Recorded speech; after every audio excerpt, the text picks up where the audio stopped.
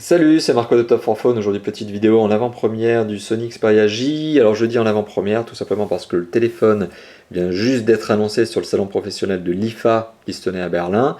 Je dis aussi également en avant-première tout simplement parce que le téléphone vient juste de sortir des chaînes de production et qu'il nous a été envoyé en version prototype. Donc, c'est la version qui est pré-commercialisation. D'ailleurs, on remarque que la boîte n'est pas une boîte définitive, hein, il n'y a pas d'effort de packaging, donc c'est bien une boîte prototype, et donc eh bien, je vous le présente, ce fameux Sony Xperia J en avant-première. Alors le Sony Xperia J va, comme son nom l'indique, tout simplement se positionner chez Sony dans la gamme Xperia, c'est la nouvelle gamme Sony. C'est le modèle J, donc ce qui laisse sous-entendre qu'en comparaison de certains autres modèles qui sont les P, les S, les U, etc., c'est un modèle qui est un petit peu moins haut. Donc c'est un moyen de gamme, tout simplement, pour vous évoquer son positionnement. Et c'est un moyen de gamme dont nous n'avons aucune information tarifaire aujourd'hui de la part de Sony, mais dont nous pensons en tout cas, j'en bafouille, qu'il sera commercialisé entre 320 et 370 euros. En tout cas, nous espérons un prix de commercialisation inférieur à 350 euros, hors pack, hors abonnement, pour le rendre vraiment agressif sur le marché. Mais dès qu'on aura l'information, on vous en parlera, on vous la donnera, dès qu'on aura donc la confirmation par Sony.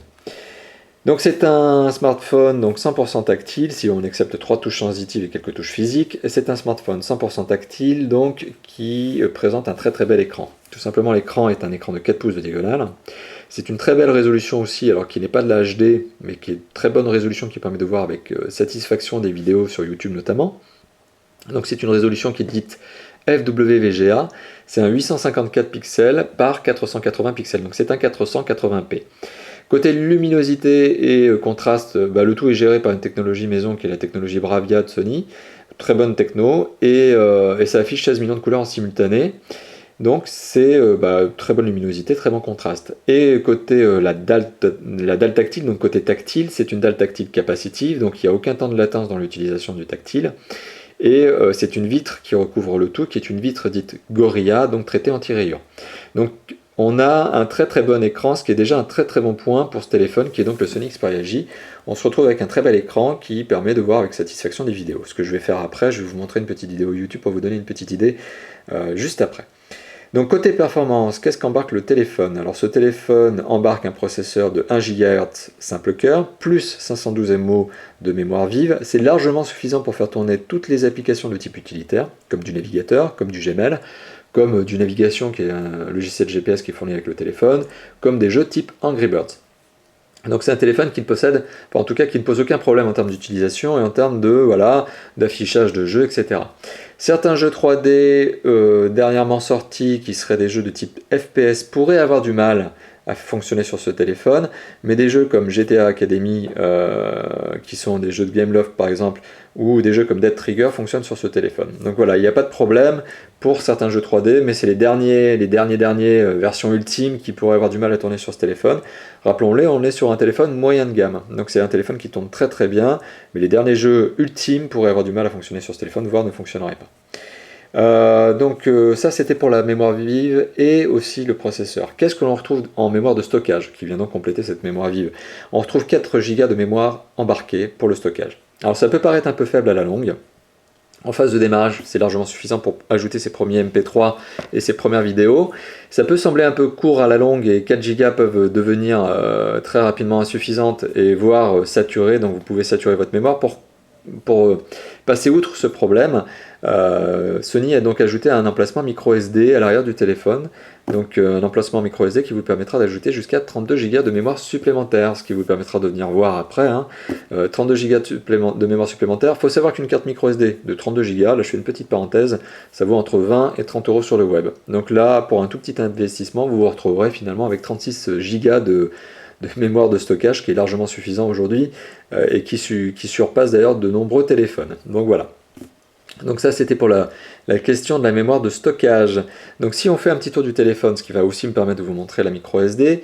Donc sur la face avant, qu'est-ce que l'on retrouve? On retrouve bien évidemment ce fameux écran de 4 pouces de diagonale. On retrouve une caméra VGA pour la visio qui est ici en frontale. On retrouve le marquage Sony bien évidemment. En dessous, on retrouve 3 touches, donc une touche back, une touche home et une touche contextuelle qui vous permet d'afficher donc un sous-menu en fonction de l'endroit où vous vous trouvez, si c'est le panneau d'accueil, une application ou autre. Donc là, on en a une version qui est toute noire d'ailleurs, à savoir que le Sony Xperia J sera commercialisé en noir, en blanc, en rose et en doré jaune. enfin plutôt doré, plus que le jaune.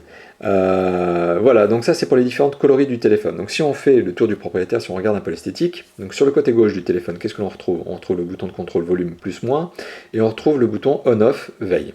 D'ailleurs ça me permet de vous faire une petite parenthèse, si vous regardez la tranche du téléphone, vous remarquerez que le bas de l'écran est courbe. En fait, la face avant du téléphone, donc la face est plane, avec un petit effet de décrochage ici stylistique, et l'arrière du téléphone, lui, présente une courbe. Donc le cache-batterie est courbé.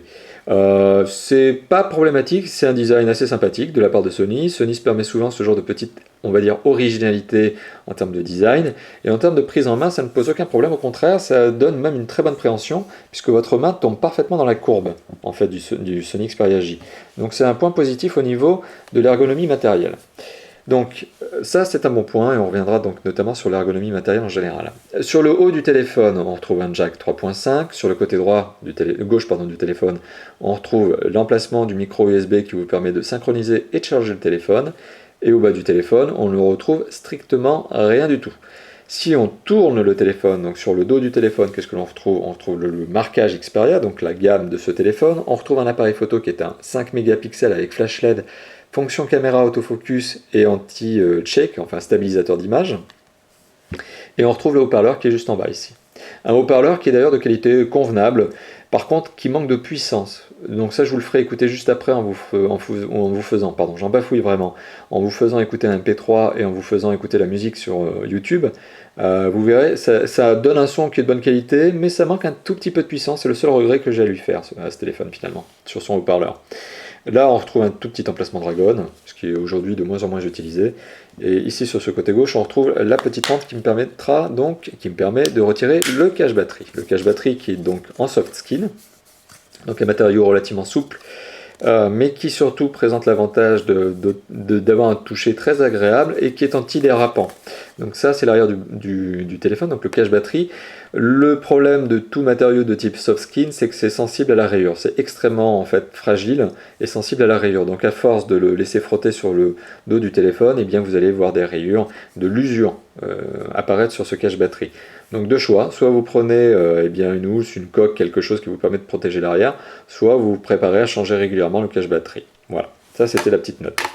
Et donc à l'arrière du téléphone, qu'est-ce que l'on retrouve sous le cache-batterie? On retrouve bien évidemment la batterie qui est une BA900, une 1700 mAh, ce qui autorise une autonomie de 1 à 2 jours au téléphone. On retrouve un emplacement micro SD pour l'ajout de la fameuse carte mémoire micro SD dont je vous ai parlé il y a quelques instants, qui vous permet d'ajouter donc jusqu'à 32 Go de mémoire supplémentaire. Et on retrouve une carte SIM qui est format classique, ça n'est ni une micro ni une nano, c'est une carte SIM format normal. Voilà. Ce qui est un format qui suffit largement sur les téléphones aujourd'hui. D'ailleurs, je suis extrêmement critique avec le micro et le nano SIM parce que je n'ai toujours pas compris à quoi ça sert, si ce n'est à embêter l'utilisateur et à le forcer à changer de carte SIM régulièrement. Voilà. Donc ça, c'était ma petite critique personnelle, mais je trouve que Sony a fait une bonne chose en mettant un format tout à fait classique de carte SIM. Ça ne change rien d'avoir une micro ou une nano. Alors maintenant, pour revenir sur le téléphone lui-même et son ergonomie non plus matérielle, comme nous venons de le voir, mais son ergonomie logiciel. Alors le système d'exploitation qui est embarqué sur ce Sony Xperia J, c'est un Android 4.0, donc il est déjà à jour, vous n'avez aucune mise à jour à faire, puisque c'est déjà la dernière version. Donc les amateurs de smartphones, les utilisateurs avisés ont remarqué qu'on est sur un Android logiquement, puisqu'on a tout un monde d'applications qui sont des applications Google. Donc comme je vous l'ai indiqué, on a du navigation, on a du Maps par exemple, qui permet aussi de connaître sa position, hein. C'est une carte tout simplement. Donc voilà, ça affiche la carte et ma localisation est assurée par une puce GPS, mais aussi une sorte de triangulation avec l'antenne relais sur laquelle je me calque pour le signal mobile, mais aussi, et c'est le troisième point, avec la bande Wi-Fi sur laquelle je me calque. Donc en fait, la précision d'une carte, d'un GPS de téléphone est largement supérieure à la précision que pourrait avoir un GPS nomade dédié, parce que tout simplement, le GPS nomade dédié n'a pas la précision de l'antenne téléphonique, ni de la borne Wi-Fi. Donc, ce qui milite encore plus pour avoir des GPS dans vos téléphones. Ça, c'était la petite parenthèse encore une fois de plus. Donc, on est sur un Android, donc je vous ai montré du Maps, on a du Gmail, hein, forcément, donc on a une gestion de boîte email, mais on a aussi un logiciel email, qui vous permettrait de gérer des boîtes qui ne sont pas des Gmail, tout simplement. On a du navigateur, et dans du navigateur, on a aussi Chrome. Donc vous avez aussi la version mobile de Chrome, Vous avez également les fonctions recherche, vous avez du navigation comme je vous l'ai montré, du address, du talk, du latitude, etc. Donc un monde d'applications Google, et on retrouve bien évidemment les dernières applications social media qui sont Facebook et Twitter, les trucs hyper à la mode, et dont je suis moi-même, je l'avoue, extrêmement friand. Et on retrouve aussi du YouTube, comme vous le savez, je ne peux pas dire la chose différemment, je suis extrêmement friand de YouTube, sinon je ne posterai pas autant de vidéos de tests dessus. Donc ça c'est le système d'exploitation Android. Donc je vous ai montré un petit Maps. Si je lance un petit navigateur notamment, pour vous montrer eh bien justement la vitesse de connexion à la home de Top 4 Phone par exemple, voilà, je viens de me connecter à Top 4 Phone, ça n'a pas duré longtemps entre le moment où j'ai déclenché l'ouverture de la fenêtre et le moment où la page est ouverte, sachant que les pages sont pourtant extrêmement lourdes sur notre blog, on l'admet, puisqu'on met des photos HD. Donc on a aussi, c'est pour moi l'occasion de vous l'évoquer, un accéléromètre, puisqu'on passe du mode paysage au mode portrait, portrait, paysage, etc. Donc, et inversement, et ce en automatique, donc on a un accéléromètre. Et bien ouvrir une nouvelle fenêtre, une nouvelle page, ne pose pas de problème sur ce téléphone, tout simplement, voilà, je suis connecté en Wi-Fi, et hop, ça va me downloader ma page. Alors je le répète, on est sur des pages extrêmement lourdes sur Top 4 Phone, on peut avoir des vitesses un peu lentes parfois, on a l'impression qu'on galère un peu avec notre téléphone en test, mais tout simplement, faut pas oublier, on met des fois jusqu'à 10 photos HD d'un même téléphone, on n'est pas tendre nous, avec les utilisateurs de notre blog, tellement on met de photos lourdes, on va dire. Mais vraiment c'est comme ça. Donc ça c'était pour vous évoquer le navigateur. Maintenant, si on passe par exemple sur Navigation. Navigation, donc, qui est le logiciel GPS de l'Android, donc de Google, qui est offert, qui est un logiciel GPS online, donc qui se connecte tout le temps, en fait, tout simplement afin de downloader les cartes sur lesquelles vous allez naviguer, mais aussi de downloader des informations de trafic. Donc par exemple, je vais lui dire que je veux aller à Paris-Montparnasse, donc j'ai été localisé. Je me retrouve donc avec un logiciel qui m'indique où je vais aller, combien de distance, etc. Enfin, c'est vraiment un logiciel de GPS, c'est très très bien fait. On a une bonne reconnaissance vocale et une bonne synthèse vocale d'ailleurs sur ce téléphone. Et c'est un téléphone qui, encore une fois de plus, sur son GPS, gère aussi le mode paysage portrait. Donc un logiciel GPS que j'ai déjà eu l'occasion de vous présenter à de nombreuses reprises dans d'autres vidéos, et qui pour moi est un très très bon logiciel GPS, et qui présente aussi surtout l'avantage d'être gratuit. Voilà, tout à fait. Ça, c'est la synthèse vocale qui vient donc de se déclencher. Donc il y a une très bonne synthèse vocale, et petite parenthèse supplémentaire, outre la synthèse vocale, vous avez un mode nuit-jour, ou jour-nuit, qui permet donc de baisser la luminosité en automatique du téléphone. Lorsqu'il détecte que vous êtes en nuit, et bien tout simplement l'affichage de la carte va passer en gris, et la luminosité va être moins forte pour moins vous agresser les yeux lorsque vous conduisez la nuit. Donc c'est toujours agréable.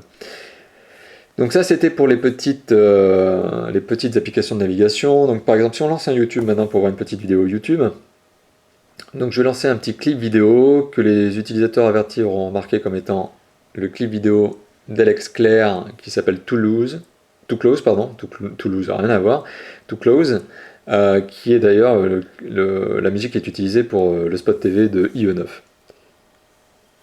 je vais passer en accéléré dans la vidéo, tout simplement.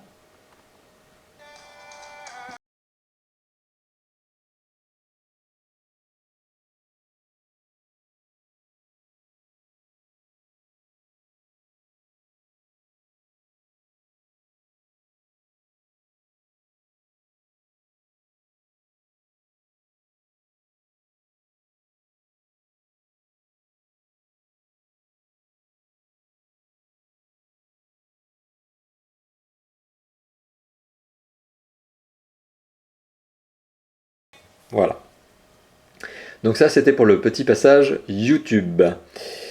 Voilà, donc vous l'aurez remarqué, finalement un téléphone qui est très très bien doté, très bien complet. Alors juste dernière petite parenthèse sur l'aspect multimédia du téléphone. Donc on a ici un petit icône qui s'appelle Média, qui permet d'accéder à un certain nombre de fonctions qui sont des fonctions médias de la part de Sony. Donc on a du Track ID par exemple, qui est un logiciel qui permet de savoir quelle est la musique qui est en train de passer à la radio par exemple. Vous passez votre téléphone devant l'enceinte qui diffuse la musique, et Track ID va tout simplement vous donner le titre de la musique en question. Vous avez donc du YouTube, comme je vous l'ai évoqué, on a un appareil photo, donc ce sur quoi je vais revenir encore une fois de plus, une radio FM qui nécessite que vous branchiez un kit piéton qui servira d'antenne, la fonction Walkman qui est en fait la fonction lecteur MP3 mais qui est customisée par Sony, tout simplement. Et puis la fonction album qui vous permet donc de naviguer bien dans les photos que vous avez prises et les vidéos que vous avez stockées sur votre téléphone. Donc voilà, le tout donc ce Sony Xperia J est donc un très très bon téléphone. Le tout pour vous faire une petite dernière parenthèse et un dernier petit récapitulatif. Donc c'est un très bon téléphone qui est un très bon moyen de gamme. L'écran est très satisfaisant, les performances en termes de vitesse pure et dure sont satisfaisantes également. Vous aurez parfois des difficultés et voire une impossibilité à faire fonctionner les jeux 3D dernièrement sortis, type FPS à la mode. Mais par contre, voilà, c'est un téléphone qui tourne très très bien, dont on attend qu'il soit commercialisé entre 320 et 370 euros. Voilà. Donc pour revenir un petit peu, et c'est la dernière parenthèse que je vous ferai avec les dimensions du téléphone, pour en revenir un petit peu sur l'appareil photo, donc c'est un 5 mégapixels équipé d'un flash LED, fonction autofocus, fonction stabilisateur d'image, fonction caméra vidéo, donc caméra VGA. Ça prend des bonnes photos. Je mettrai prochainement des photos prises avec le Sony Xperia J sur le blog de Top for Phone. Je mettrai aussi une petite vidéo en ligne réalisée avec l'optique de ce téléphone.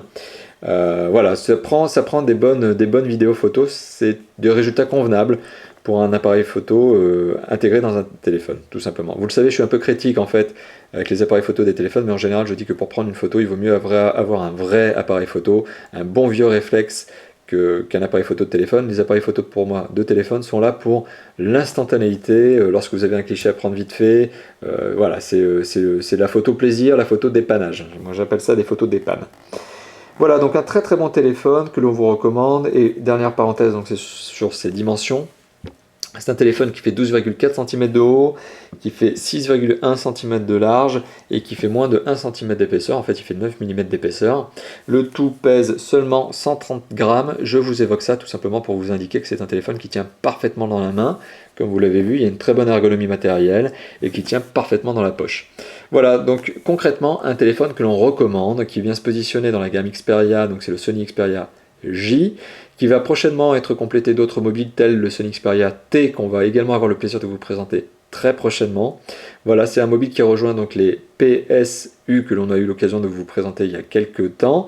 Voilà, donc on vous le recommande vraiment sans aucun conteste, sans aucun doute, pour peu que le téléphone soit vendu à un prix largement inférieur à 400 euros, c'est ce que l'on attend, et en tout cas on attend moins de 350 euros. Donc si le téléphone arrive à ce prix-là, nous on vous le recommande sans aucun problème. Voilà, un téléphone très sympathique que nous avons eu l'occasion de tester en avant-première pour Top for Phone. Merci d'avoir visionné la vidéo, n'hésitez pas à la commenter sur la chaîne YouTube où elle sera publiée, et également sur notre blog top-for-phone.fr. Merci, à bientôt, ciao ciao.